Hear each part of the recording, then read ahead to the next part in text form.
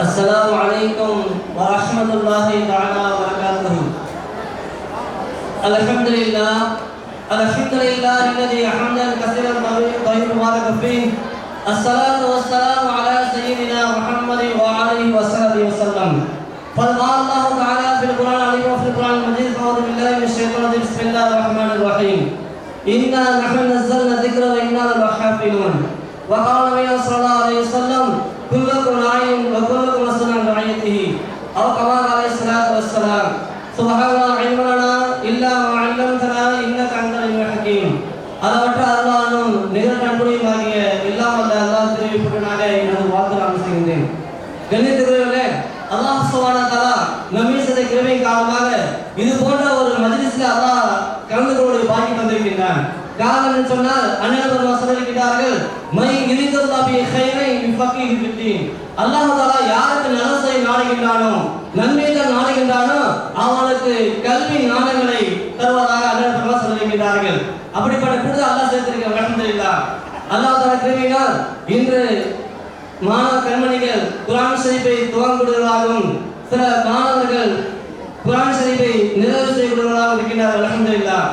இதையெல்லாம் பார்க்கின்ற பொழுது அல்லாஹ் தஆலா அழகாக சொல்லி காட்டுவது நாம் புரிகின்றது. குர்ஆன் ஷரீஃப் அல்லாஹ் சொல்கிறார்களே: இன்னா நஹ்னு நஸல்னா திக்ர வ இன்னா லஹு ஹாஃபிலூன். நாமே குர்ஆனை இறக்கினோம், அதை நாமே பாதுகாப்பேன் அல்லாஹ் சொல்லியிருக்கிறார். உலகத்தில் எத்தனையோ கோடிக்கணக்கான ஹாஃபில்கள் இருக்கின்றார்கள், ஹாஃபிலாக்கள் இருக்கின்றார்கள். இவர் மூலமாக தான் அல்லாஹ் தஆலா குர்ஆன் ஷரீஃபை பாதுகாக்கின்றார். குர்ஆன் ஷரீஃபில் ஒரு எழுத்துக்கு நக்தாவை யாரும் மாற்ற முடியாது. அப்படிப்பட்ட அல்லாஹ் இது போன்ற மாணவ கண்மணி மூலமாக இவர்கள் தான் இன்ஷா அல்லாஹ் நாளை வரக்கூடிய ஹாஃபில்களாக, ஹாஃபிலாக்களாக, ஆலிம்களாக, ஆலிமாக்களாக வரக்கூடியா இருக்கின்றார்கள். எனவே இப்படிப்பட்ட பிள்ளைகளை தேர்ந்தெடுத்து அல்லாஹ் சேர்த்து நாம் நன்றி செலுத்த வேண்டும். அது மட்டுமல்ல, இந்த பெற்றோர்கள் இந்த பிள்ளைகளை தயார் செய்வதற்கு ஒரு பக்கம் இருந்தாலும் கூட, ஆனால் முழு பொறுப்பும் பெற்றோர்கள் இருக்கின்றது. மாஸ்டர் வருகின்றார்கள், உஸ்தாதுமார்கள் ஒரு சில நேரம் மனிதர்கள் பிள்ளையை கொடுக்க முடியும்.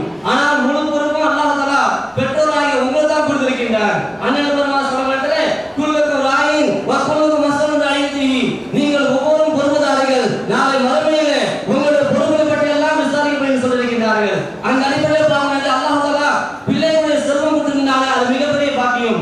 எத்தனை பேர் அல்லாஹ் தஆலா பிள்ளைகள் எல்லாம் ஆக்கியிருக்கின்றார். நமக்கெல்லாம் அல்லாஹ் பிள்ளை கொடுத்ததற்காக அல்லாஹ் கொடுத்த பாக்கியத்தை நன்றி செலுத்த வேண்டும். அதே சமயத்திலே நாளை மறுமையில் அல்லாஹ் தஆலா இந்த பிள்ளை பற்றி எல்லாம் கேட்பான். உங்களை நாம் பிள்ளை செல்வம் கொடுத்தோமே, அது எப்படி பாதுகாத்து எப்படி வளர்த்த என்கிறவர்களே நாம் சொல்லலாம்: யா அல்லாஹ், என்னுடைய குழந்தைகளை உன்னுடைய குர்ஆன் ஷரீஃபை சுமப்பவர்களாக, உன்னுடைய மார்க்கத்தை தூக்கி வைத்துக் கொள்வதாக, உன்னுடைய மார்க்கத்தை நினைத்து கொள்வதாக சொல்லிருக்கலாம். ஏன் இப்படிப்பட்ட பிள்ளைகளை உருவாக்குவதன் மூலமாக தான் நம்முடைய பிள்ளைகளுக்கு எப்படி உலக கல்வி தருகின்றோமோ அதை விட ஒரு மடங்கு மார்க்க கல்வி தர வேண்டும் அவசியம். உலக கல்வி அவசியம் தான். உலக கல்வியிலே சொன்னால் யாரும் மதிக்க மாட்டார்கள், உலகம் ஏமாற்றும். ஆனால் மார்க்க கல்வி சொன்னால் இந்த உலகம் நஷ்டமாகிடும், நாளை மறு நஷ்டமாகிடும். நல்லா பாதுகாக்க வேண்டும். எனவே பெற்றோருக்காக ஒரே ஒரு கோரிக்கை வைக்கின்றேன்: எப்படி நீங்கள் உலக படிப்புக்காக பிள்ளைகளுக்காக எவ்வளவு தியாகம் செய்கின்றீர்களோ அதை அல்லாஹ் இருக்கின்றான். அதே போன்று மார்க்கத்திற்காக உங்கள் பிள்ளைகளை தேர்ந்தெடுத்திருக்கின்றீர்கள். எக்காலமும் மார்க்கத்திற்காக உங்கள் பிள்ளையை தயாராகி விட்டு அவர் இடையில் இருந்து விடாதீர்கள். எத்தனையோ மாணவர்கள் பார்த்தோம் சொன்னால் ஆரம்ப காலத்திலே மாஸ்டர் வருகிறார்கள், 7வது 8வது தாண்டிய பிறகு சொன்னால் 9வது 10வது அது மேற்கொண்டு மாஸ்டர் வருவது குறைந்து விட்டது. காரணம் என்ன? பசங்களுக்காக சொல்கிறார்கள், டியூஷன் லேட்டாக சொல்கிறார்கள். இதெல்லாம் நீங்கள் காரணமாக நாளை வரும் அதெல்லாம் சொல்ல முடியாது. ஏன்? எத்தனையோ படிப்புகளை படிக்கின்றோம், கம்ப்யூட்டர் படிக்க நேரம் ஒதுக்கின்றோம், டைப் பண்ண நேரம் ஒதுக்கின்றோம். இதே போன்றுதான் மாஸ்டராக நீ நேரத்தை பிள்ளை ஒதுக்கித்தான் ஆக வேண்டும். அல்லாஹ் மறுபடியும் சொல்ல முடியுமா? எனவே அல்லாஹ் தஆலாக்கு பதில் சொல்ல வேண்டிய நிலையில் இருக்கின்றோம். ஒவ்வொரு பெற்றோரும் தன்னுடைய பிள்ளைகளை எப்படியாவது காலை மாஸ்டர் இருக்கோ அல்லது மாலை மாஸ்டர் இருக்கோ அல்லது மகனை பிறகு இஷா இருக்கோ ஏதாவது ஒரு வழியிலே நம்முடைய பிள்ளை மாஸ்டர் தொடர்பிலே அல்லாஹ்வுடைய குர்ஆன் ஷரீஃப் தொடர்பு இருந்தால்தான் நம்முடைய பிள்ளை அல்லாஹ்விடத்தில் பொருத்தப்பட்டதாக நமக்கும் படிப்பு செய்யும் பிள்ளையாக மாறுவார்கள். இன்று பார்க்கின்றோம் எத்தனையோ பிள்ளைகள்